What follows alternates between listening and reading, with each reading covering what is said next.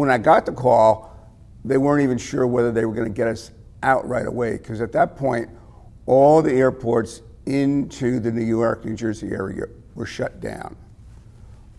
Well, again, I'd been watching coverage on television of this big storm that was coming. I sent an email to the emergency services director saying I was available to drive if she needed me.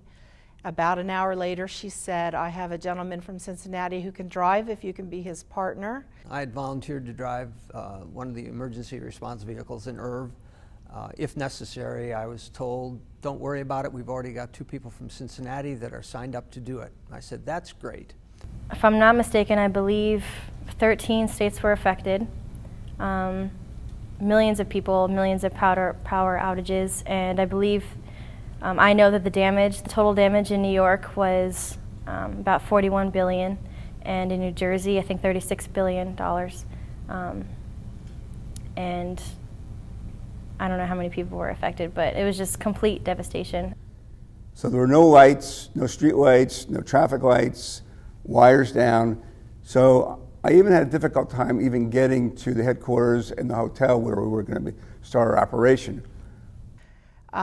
When we drove in, it looked like a disaster. All of their possessions from their homes were sitting by the curb, waiting for the pickup.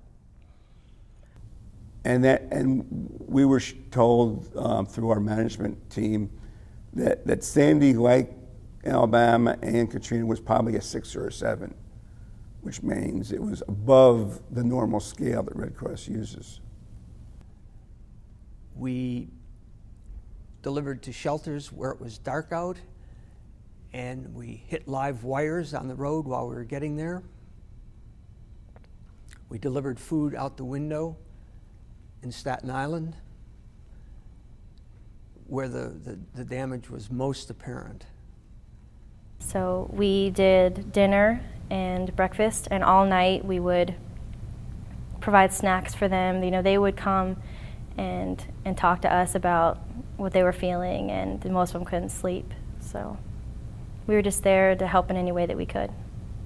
Then we had another girl who came to the truck. It was about 40 degrees that day. It was pretty cold. These people had been without power in the cold for 5 days. And she started looking through the piles of clothes for a pair of gloves. She just said, I just need some gloves, I'm so cold. And Karen, the local lady, took her gloves off and handed them to her. And I got pretty choked up about that. I truly believe that my life changed more in those 2 weeks than in the last 2 years. That you feel that maybe you're doing something to help. I think in the course of 2 weeks there serving food, we received more God bless yous, thank you for being here, what would we do without the Red Cross? That's the payoff for the whole thing. It was 2 weeks, but it felt so much longer, and having all my senses heightened for that time and running on pure adrenaline, I came back and I just crashed. I crashed physically and emotionally, and it was difficult because I didn't have too many people around who understood what it was like and what we went through. So I still reach out to my team members, and they're all over the country, but we still talk all the time, and we offer each other support. So I did make lifelong friends that I'll always be grateful for. So it's, you start off volunteering because you want to help other people, but it is a very fulfilling thing. It feeds your soul. It gives you a sense of satisfaction. So you might start off because you want to help other people, but you kind of get addicted to the feel-good feeling that you get from doing that. 7 days a week, 365 days a year, 24 hours a day.